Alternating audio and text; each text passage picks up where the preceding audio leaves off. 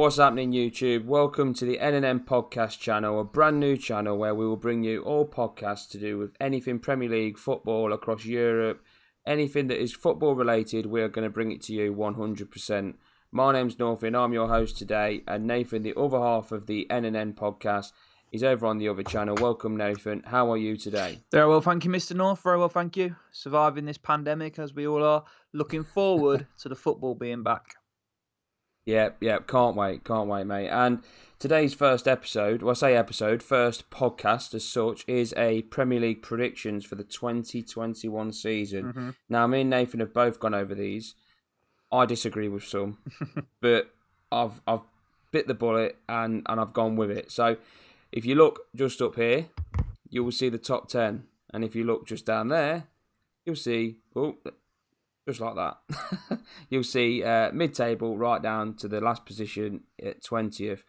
And we'll start at the top. And for this year, we think Man City are going to go all the way and retain their Premier League title. I just cannot see Liverpool doing it 2 seasons on the bounce. What do you think, Nate? No, I agree. I think last year was the whole big Liverpool. They've not won it in 30 years. They really had the rocket up their arse, and were really eager, really keen to get that done. And let's be honest, City or even Leicester or anyone who was up there with them didn't lay a glove on them, couldn't really stop them.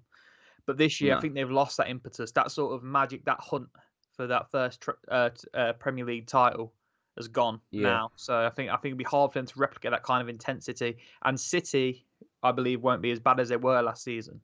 So I don't think Liverpool will retain their title. That's why I put City as champions. Yeah, and I think Liverpool's so far, and I know we've still got a week and a few days left of the so-called pre-season, and not really a pre-season, is it? But the so-called pre-season.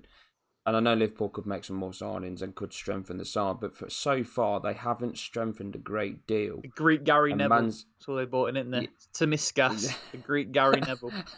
The Greek Gary Neville. Yeah, Man City, on the other hand, they don't need. I know they've brought in a couple of players, but they don't need to. You know, they have got quality throughout. I think it's just that back the defence, isn't it, for City? They bought Ake in, so that's a big improvement already. So yeah, and I just think overall, quality-wise, Man City are, I would say, they're probably a better side than on Liverpool, paper, which is and their depth is insane. Exactly. You know, if Mane gets injured, Salah gets injured, Firmino gets injured, you know, who are they bringing on? Divock. Ariga? Yeah, Divock. You know, yeah, it's about it doesn't whet your appetite, does it? And I think they got a little bit lucky last year. Not lucky, no, that's the wrong way to say it. They were lucky in themselves that they didn't get. Oh yeah, no, they were superb. But in terms of for things going your way that'll happen off, like things like injuries and stuff, that suspensions, but they were quite fortunate in that respect. Yeah, and I think sometimes you have to be, don't you, when they're in the league? Well, we'll say it now. We're Leicester fans that when we won the league, we didn't have a big squad, and we literally went from the first game of the season to last game of the season. We didn't lose any of our key players for more than one game maximum. Fair out, so. And then you look the following season, and we absolutely collapsed because we couldn't cope with European football. No. Not that Liverpool can't cope with European football, may I add. You know, the squad is very, not paper thin, but it's not as in, I don't think it's as in depth as Man City. One of the other positions that people are probably going to look at and raise their eyebrows at is our team, Leicester City, sat in 14th. Mm-hmm.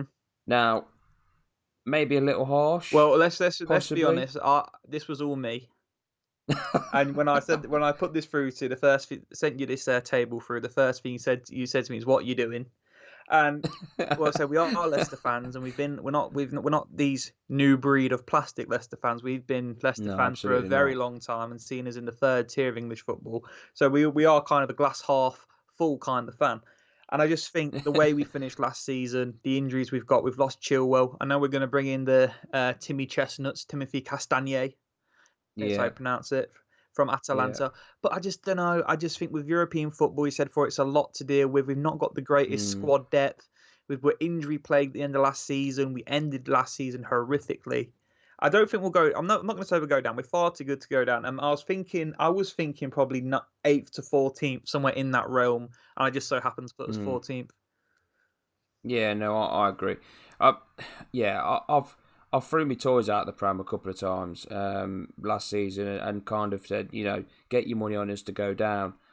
Maybe that's probably slightly over exaggerating it on my part. Yeah. But I do fear for us. I really do. And the pre-season, we've got injuries. Johnny Evans is suspended for the first 3 games. With injuries and we're not making a lot of signings. It just doesn't fill me with much confidence. And that's nothing against Brendan by any means. I just think we've had 2 great opportunities as a club in European competitions to really bring in some great Build players and kind of dangle that bait and say, we've got a European competition here. Come play for us. This is what we're building, and we're looking like I say we're going to throw it away. It's very early to say that, but it looks like we're going to throw it away again, which I will be so peed off if we do. And if we do finish 14th, and let's hope our predictions are wrong. If we do finish 14th, a massive step backwards, a huge step backwards. Yeah. I think we should just say, completing the top 4. Yeah. Obviously, we've gone for. I mean, it is going to be quite a pick'em season, really, for your top 4. I mean, you can make a good case for any of the regular top 6. Tottenham seem to be strengthening under Mourinho. They had a good end to the season. Arsenal under Arteta looked like a bit of a force to be reckoned with. I mean, usually Arsenal, you think, you get at Arsenal, they crumble, they roll over. But no, they seem to be quite tough to beat under Arteta. So that's why we put them in 5th. United today signed Van der Beek, ended last season really well. It's hard to rule them out, especially you don't know what business they'll do between now and the end of the window. And then of course Chelsea have just gone crazy, haven't they, this transfer window? Yeah, they have. Just touching on Man U, I know a lot of people are raving about the potential midfield 3. Now for me, that there's no balance. There's no balance at all. It's okay having 3 very good attacking centre midfielders, and yes, you will create chances, but the better sides in this league, like your Chelsea's, they're potentially going to be the best side. Liverpool's, your Man City's, and even sides like Wolves and probably even Southampton that are potentially going to be up there. I wouldn't say you're going to pick you apart, but you're going to be very exposed. And let's be honest, that back 4 of United doesn't fill you with confidence. Well, I'm surprised. I guess you're assuming it's going to be a Pogba, Van der Beek, Fernandes trio. That's what I'm. Because that won't. Why would you sign Fernandes and pay the money that they did? And Pogba, unless Pogba's leaving, Pogba starts. There's no doubt about that. He's fit. So then why would you then go out and sign another marquee signing to just put him on the bench? It doesn't make any sense. No. So in my opinion, I think if that's what they're looking at doing, I think that could be their own downfall. Yes, going forward they're going to be fantastic. It's going to be great to watch. But defensively, I think they aren't the best defensively. So it's a risk that Solskjaer's looking like he's going to take. Is Pogba on his way out? I don't know. He might be. Well, that's it. If he is going to proceed with that trio, they're in big trouble. I mean, because we know Freddie isn't. He's not going to be on many kids' bedroom walls. No. He's not that kind of footballer. I mean, nobody wants to be a Fred when they grow up, do they? But he does a job. He's an anchor. And he does. Even Matic, I know he's a bit of a dinosaur now, sounds like a boat, but again, he's an anchor, and he offers you something different. If United are going to proceed with that midfield 3 of Bruno, Pogba, and Van der Beek, then they're going to be hopelessly exposed. It's a risk. Oh, massive. It's a risk. Obviously, Spurs in at 6th, again, not probably what Spurs fans want to see, but Mourinho, is he past his best? I don't know. I watched Mourinho's sides as of late, United and towards the end of his second spell at Chelsea, then at Spurs. It's just negative. It's negative, and at times it does work. At times, Man U were praised for their counter-attacking football, against the bigger sides of the better sides of the league at the time, and getting results. And Spurs seem to do the same thing at the back end of last season. But once they come up against, let's say, a Newcastle or a Brighton, they just can't seem to break them down because Mourinho's system just seems so outdated. And I think 6th is probably the best they can hope for. In fact, I'll be half tempted to say they might just struggle to get 6th. Might. Well, no, they've bought in Højbjerg from Southampton, I think it's a good signing, and Doherty from Wolves. 2 good signings. And I don't know if you've watched any of that Amazon documentary that came out. I've seen clips. I've watched everything that's been out to date, and I think 6th is a fair thing for Spurs. They got some good players: Son, Bergwijn, Kane. They've got a very, very talented team. There's no doubt about it. But yeah, it's hard. It's going to be difficult for them to break into the top six. And the Mourinho thing, even now, even how many months on is it since he joined, it just doesn't seem to fit. No, I think as much as he'll hate to accept it because of his personality and the way he is, I think his time in the Premier League will not. It won't last for much longer. I think this could be his last club in the Premier League. Managers come and go, don't they? And I think he's had his time. He was very successful, and you can't knock him for that. But for some reason or another, he's got himself stuck in this way of wanting to play a certain system that quite obviously doesn't work. Mm-hmm. And he's trying it again at Spurs. We could be wrong. It could pay off, and we could sit here and look like complete fools, and rightly so. But I just can't see it. All right, then let's move on to the best of the rest then. And for me, you have your traditional top six, but the best of the rest, even last season, I'd say Wolves. But outside the traditional top six, Wolves are the best side. Even as a Leicester fan, I do think Wolves are a better side than us. I think they did really well last season to get to the quarterfinals of the Europa League and finish seventh. Was it they finished in the end? So they didn't really drop off in terms of their. Did they finish seventh? I'm not sure. They finished anyway. They had a good finish. They certainly didn't drop off in terms of their league form. Combating with the Europa League, it really didn't pay too much of an effect. And Nuno, he relied heavily on the same squad. Now they have lost Doherty, and he was a very influential player for Wolves. Yeah, he was with, key for with them from League One, I believe. So really, a stalwart of that side. But you have to say the way Wolves have recruited, they've recruited really well since they're back in the Premier League, and even before they're back in the Premier League. So. And also they got the lad Ruben Vinagre. I think he can do a job on the flank. And if they bring someone else in, I don't see it being too much of a problem for Wolves replacing Doherty. I might be wrong. So I believe Wolves will finish seventh. What about you? Yeah. No, I think they'll be up there again, won't they? There's no doubt about that. They are a good side. And they're compared along with our lot, aren't they? You know, we seem to be at the time as we speak now, they seem to be us and Wolves seem to be the two sides that are kind of best of the rest tag, isn't the it? best. Yeah. The kind of bit parts that are trying to break in, and I think Wolves will be up there again. I do. They're a good side. There's no doubt about it. I don't think they've got a European campaign this year. No, did they just miss out? Yeah, that's it. That's what I was thinking back in my mind. Yeah, they did just miss out. Yeah. So they've got that. They haven't got a European campaign to worry about. So they could make a real push. Don't be surprised if they push Arsenal and Spurs all the way. Oh God, yeah, because Arsenal, even though Arteta's, they've pulled out some good results. They've won the FA Cup, and I know they've started well in the Charity Shield, which I know is a bit of a nothing game. You can't read into it too much. They are looking fair. They are looking strong. So, Arsenal is. The top six could go back to the traditional top six. It looks for me, Arsenal, it looks like they're on the start of a good period for the club. Yeah. So I'll say they're at the start. So I don't think there'll be too much major progression this season in terms of league position, but I certainly think they're moving in the right direction. Another big club in the Premier League, moving on to Everton, we've got them in 8th. Now, I don't think Evertonians will be too happy with that, because I think they've obviously got bigger ambitions than to finish 8th. They want to be that team breaking into the top 6, don't they? They do, yeah. And I understand where they're coming from. They've spent a lot of money in the last 2 or 3 seasons, and they've now got a world-class manager in Ancelotti. Mm-hmm. So I can see where they're coming from, and I can understand that they want to be up there, and don't we all? But I look at Everton's side, and I like Calvert-Lewin, don't get me wrong, but he's not that type of striker that I think he's going to bang in, 20 goals. 20 goals now. That's going to give them that extra push to get into that top 6. They're bringing in a few players that kind of scream out your class, but then you look at the likes of Richarlison. We all thought he was going to be one of the next best things, and he's kind of dropped off. He's a bit hit and miss, isn't he? One week looks like a world beater, the next week. You mentioned the signings are bringing in. James Rodriguez coming in. He has obviously a big history, I think, with Ancelotti, been with him at Bayern and Real Madrid, so he knows him. Probably get the best out of him at Real Madrid. And Allen from Napoli, and I think they agreed a fee with Doucouré from Watford. That's not been confirmed yet, but potentially they could be replacing the whole midfield.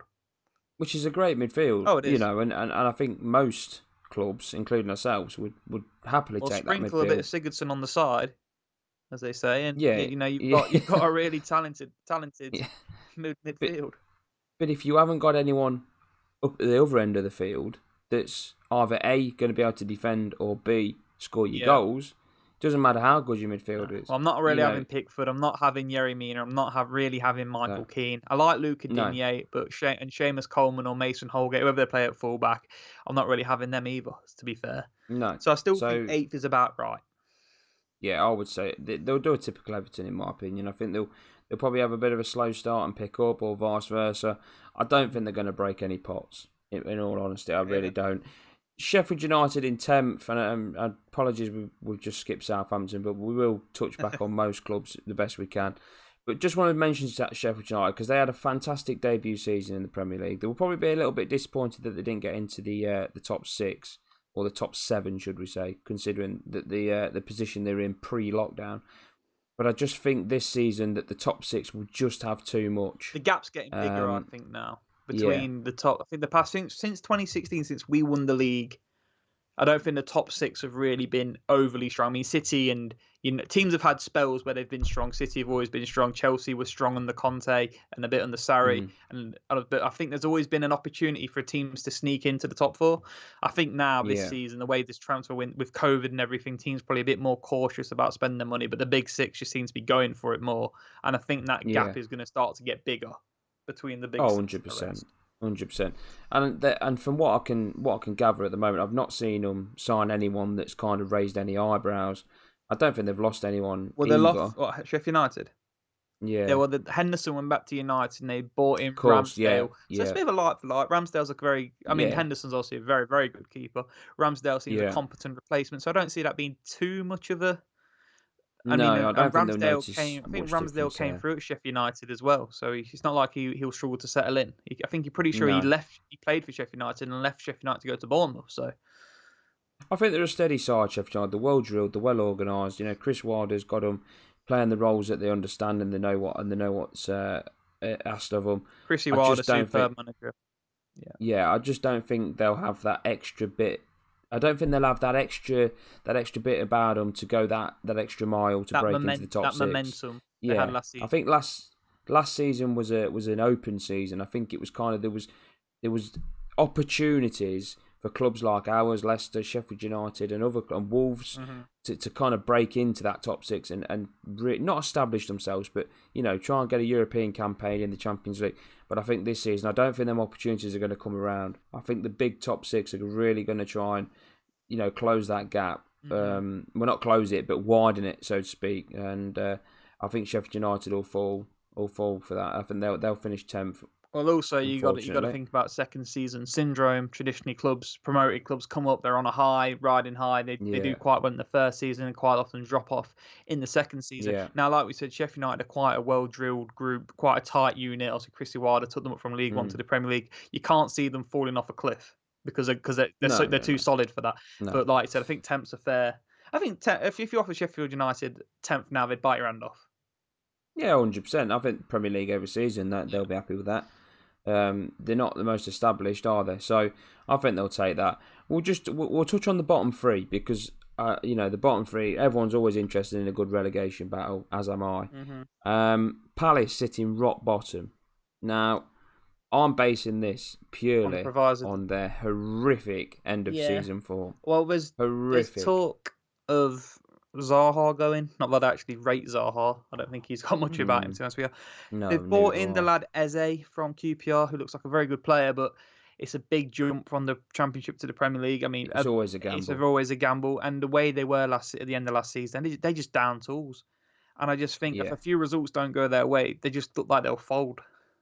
Yeah, I'm a strong believer that your form the season before always tends to follow on into the following season. The momentum always seems to pick up pace, whether you've won games, whether you've lost games, whether you've had a stagnant end.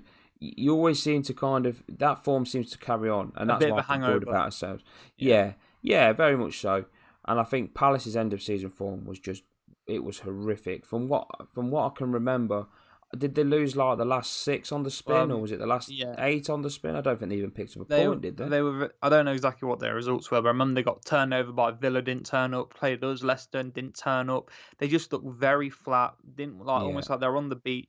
Just not the right mentality. Hodgson didn't really seem to have the ability to get the fight back in them.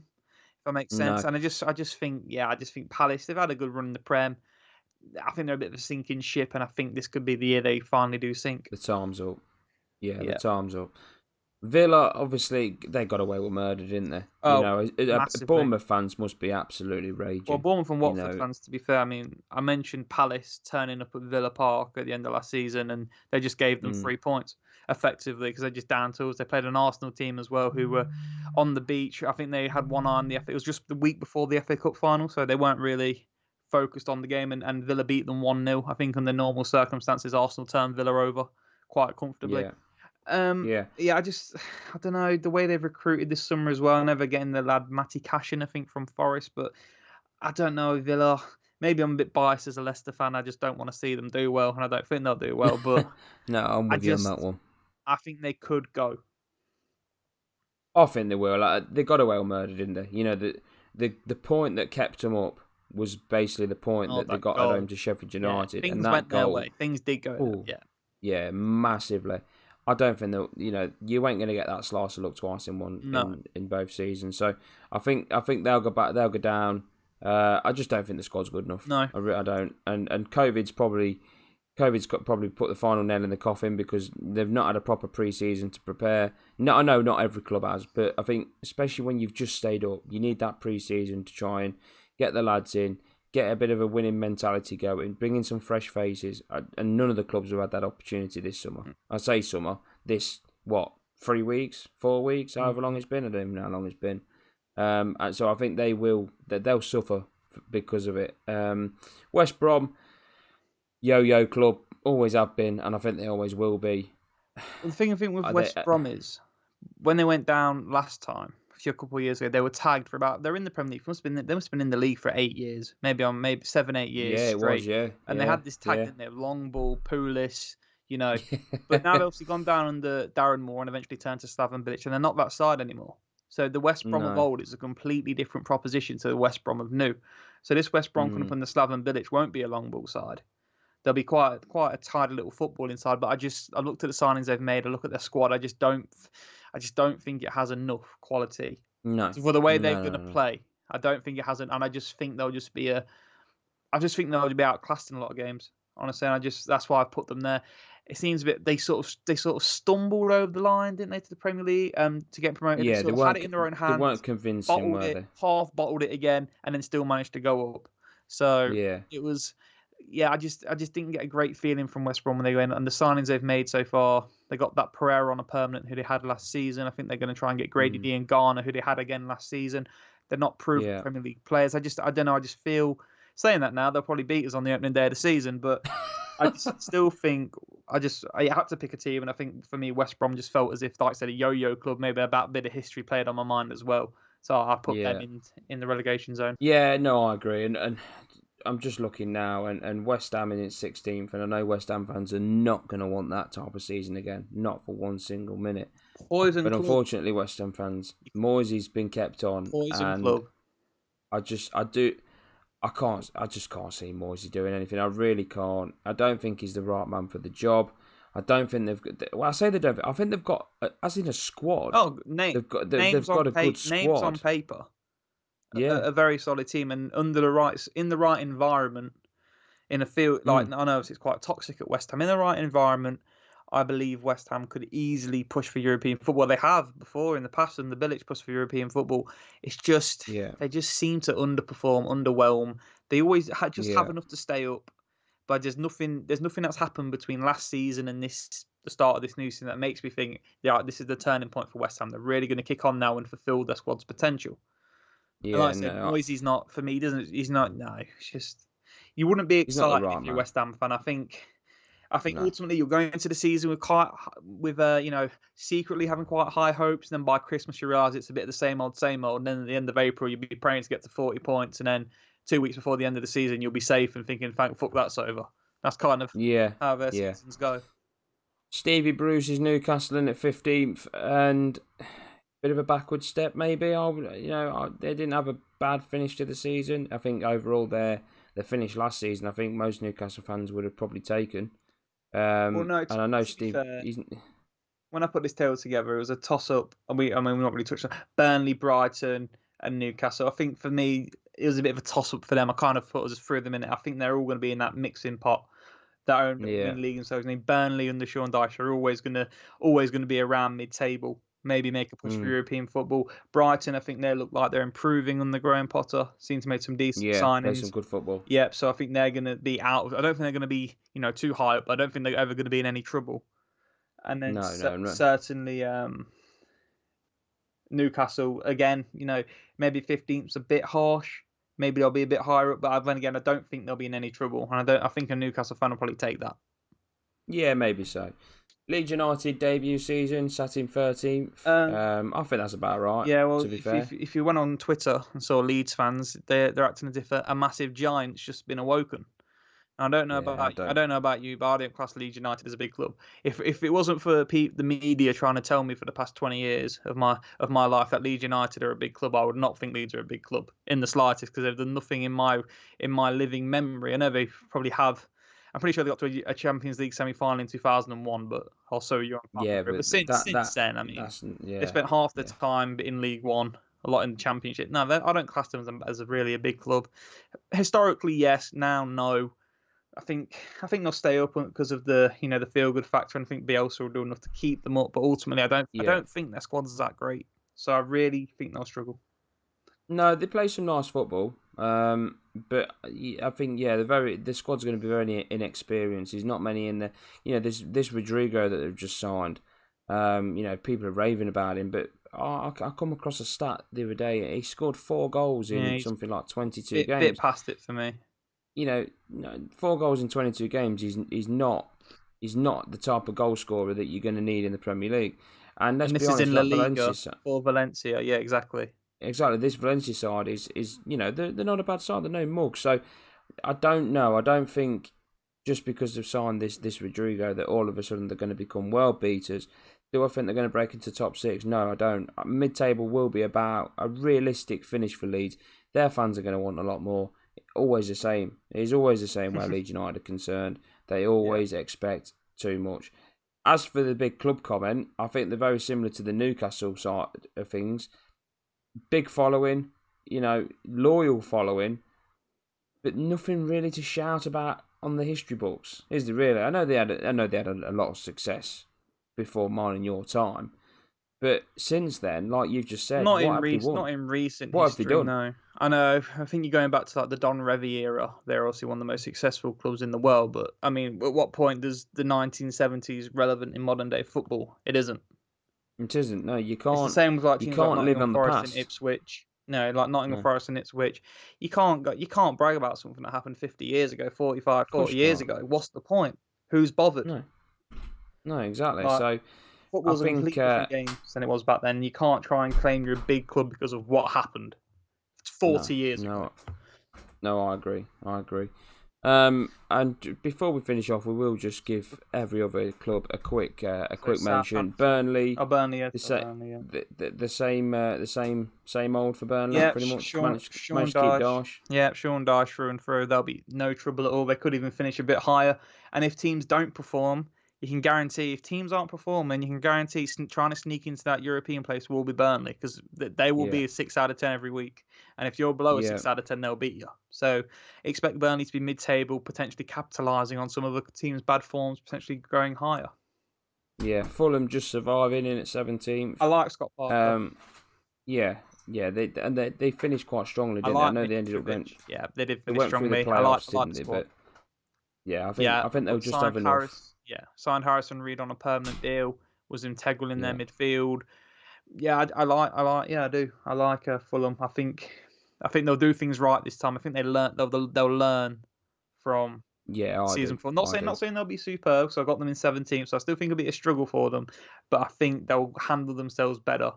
And I think they'll just keep themselves up, won't they? Yeah, I mean, they might surprise me. They could do a lot better than I think, or they could completely go the other way. But I think Fulham will have enough to stay up. Yeah, and Southampton at 9th. Obviously strong finish last season. Yeah, been very impressive Hasenhüttl since he's came in. So on a whole, I know they got pumped 9-0 by us, but fair play to the board for sticking by Hasenhüttl. I think they're reaping the rewards. Danny Ings was on fire. One thing I did notice, they have lost a lot of midfielders. I mean, Lamina has gone to Fulham on loan. Yeah. Reed's gone to Fulham. That's another centre mid. And Højbjerg's gone to Southampton. So that's 3 central midfielders they've lost. So Gone they're to also going to have Spurs. to bring. They're going to have. Yeah. Sorry, gone to Spurs. They're going to have. They're going to have to. What did I say? Southampton. Yeah, he's gone to Spurs. Gone to Spurs. Yeah. So lost my trail of thought now. Yeah, I think they're linked with the lad Olivier Uncham at Celtic. But I still suspect they'll have a solid season because I rate Hasenhüttl. Yeah, no, I think, like I say, fair play to him for giving him time and being patient, and because of that, I hope they do have a good season. And Southampton, I've got nothing against the club. I think they're a well-run club. They're a little bit too quick to pull the trigger where the players are concerned. As soon as an offer comes in, they don't think twice. A bit more ambition, dragging maybe. their heels in. Yeah, yeah. I think they need to be a little bit more robust and.